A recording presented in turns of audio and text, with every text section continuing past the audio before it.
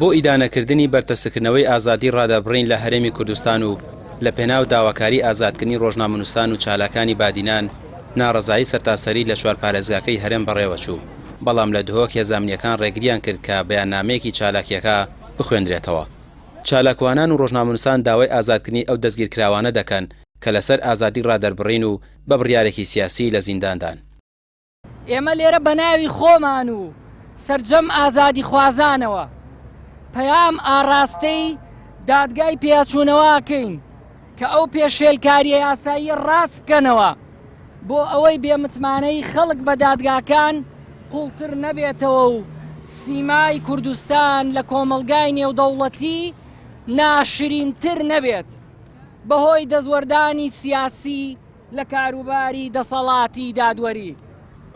چالاکوانان و ڕۆژنامەنووسان داوا دەکەن ئەو پێشێلکاریانە ڕاست بکرێنەوە کە دادگاکان کردویانە بۆ ئەوەی متمانە بۆ دادگاکان بگەڕێتەوە.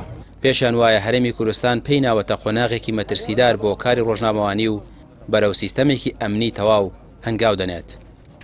سەرەڕای بەڵێنەکانی چاکسازی و فراوانکردنی پانتایی ئازادی ڕادەربڕین، دۆخی مافی مرۆڤ و ئازادی بیرروڕا و ڕۆژنامەگەری و کاری ڕێکخراوی لە هەرێمی کوردستاندا کە کۆڵەگەی هەر سیستەمێکی دیموکراسین بە شێوەیەکی بەرچاو ڕووی لە پاشەکشەی یەکجار گەورە کردووە و چیتر ناکرێت قبول بکرێت. سزادانی شێروانی و ئازاد نەکردنی گۆهدار زێباری نوێترین زنجیرە خراپ بەکارهێنانی یاسایە دژی ڕۆژنامەنووس و چالاکوانان. بە جۆرێک دەستێوەردانی سیاسی بەڕوونی لەم کەیسە دیارە و ئامانج لی هێشتنەوەی شێروانی گۆهدارە بۆ ماوەیەکی درێژتر. ڕۆژنامەنووس و چالاکان جەخت دەکەنەوە کە ئەم دۆخە قبولکراو نییە و داواش دەکەن کۆتایی پێبهێنرێت و لەوە زیاتر شکۆی هەرێم و دادگاکانی لە ناوخۆ و دەرەوەدا لەکەدار نەکرێت. ئێمە لێرە بە ناوی خۆمان و سەرجەم ئازادی خوازان پەیام ئاراستەی دادگای پیاداچوونەوە دەکەین کە ئەو پێشێلکاریە یاساییە ڕاست بکەنەوە بۆ ئەوەی بێمتمانەی خەڵک بە دادگاکان قوڵتر نەبێتەوە و سیمای کوردستان لە کۆمەلگای نێودەوڵەتی ناشرینتر نەبێت بەهۆی دەسوەردانی سیاسی لە کاری دەسەڵاتی دادوەری.